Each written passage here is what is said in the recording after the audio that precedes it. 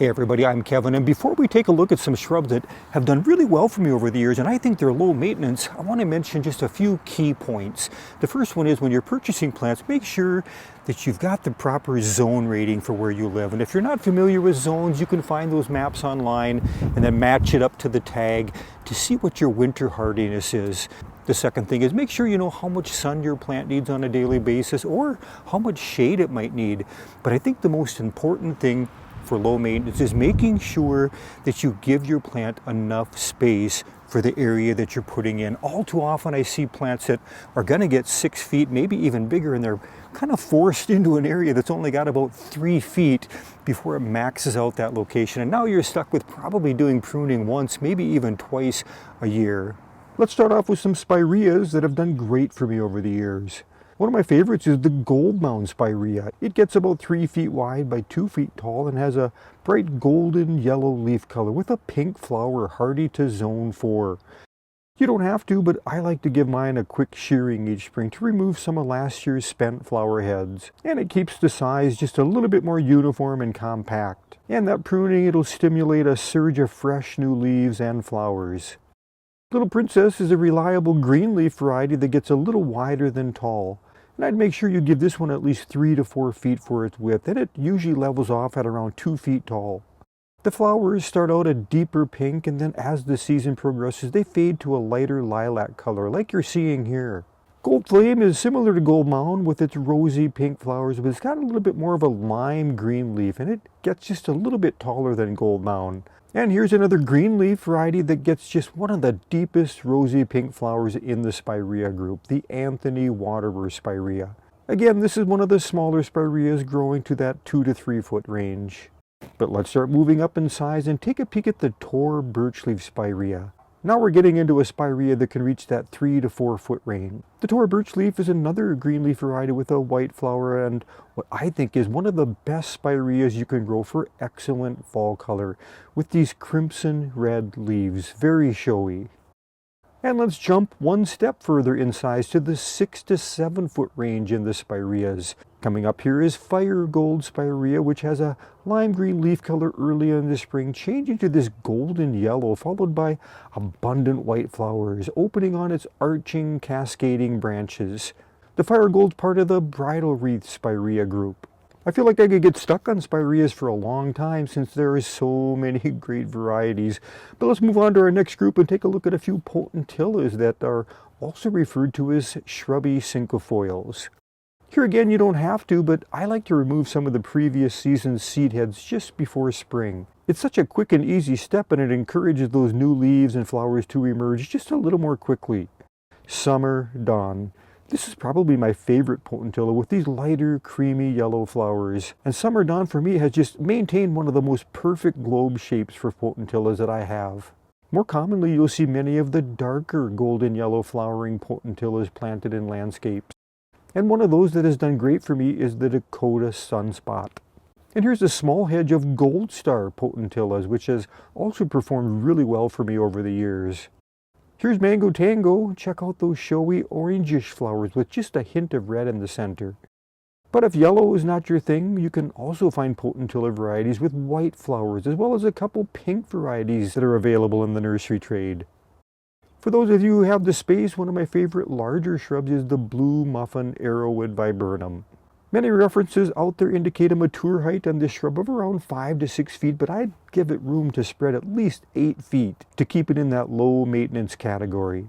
It's got showy white flowers in the spring, a really nice glossy leaf, and unique blue fruits that will emerge in the summer, and eventually some nice fall colors in the yellow and red ranges. And since we're talking about larger shrubs, I have to mention Miss Kim lilac, one of my favorite lilacs. It'll easily reach that 8 foot tall and wide range, but I'd give it even a little bit more room to develop. And then the only thing you'll have to do is enjoy its fragrant shrink blooms and, well, maybe its unique purple-red fall color as well. Another favorite shrub of mine is the summer wine ninebark, but I'm not including it in our low maintenance list here today due to how quickly they can build up deadwood as they increase in size. I think a better option here if you're looking for that purple foliage would be tiny wine or little joker ninebark's another great one. These are both much smaller, slower growing varieties reaching only around 3 to 4 feet. Let's switch gears now and look at a few smaller evergreen shrubs I think you're going to like. This is Danica arborvitae. Check out that rich emerald green color. This has been planted here now for, oh gosh, over 8 years, and it's currently about only 18 inches wide. And I've never touched it.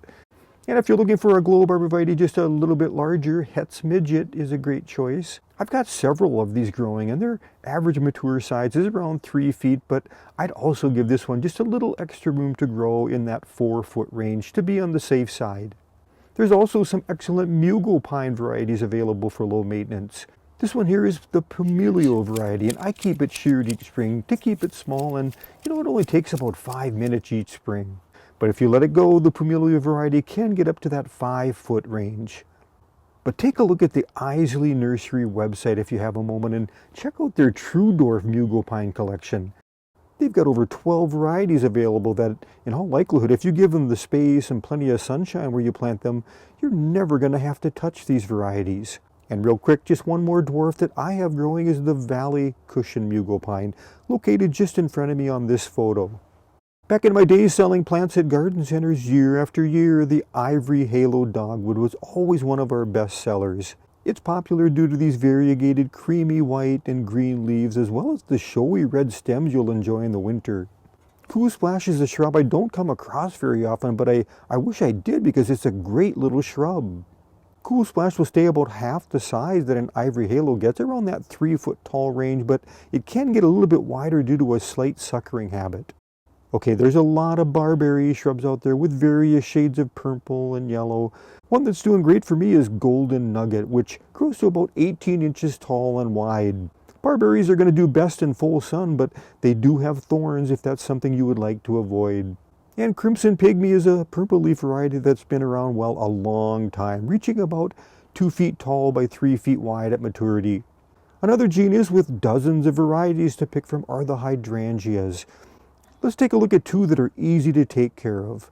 This hedge here has 3 of them planted, and it's the Quickfire variety. I love how this shrub transitions through the summer from these bright white flowers into this pinkish red later in the season. Quickfire is also one of the best shrubs I've found for drawing in pollinators. As far as maintenance, the only thing I do each year is give it a quick shearing to remove some of the old flower heads. And by doing this, I've been able to keep mine in the 4-foot range with this light pruning, but if you leave them alone, you're going to need some space as it can reach 6 to 8 feet wide and tall. A smaller option in hydrangea is Bobo that reaches around 3 feet tall to 4 foot wide. But here again, by shearing those spent flower heads off each spring, I've been able to keep mine just a bit smaller. Okay, let's wrap this up and show you one more favorite evergreen, the Calgary Carpet Juniper. Like the Danica arborvitae, it's got a rich emerald green color with an excellent spreading habit that reaches about 12 inches tall, but it can get much, much wider, spreading out into an area that will take up around 10 to 12 feet. You'll notice too that the Calgary has a little bit of a darker winter color with some bronze tones.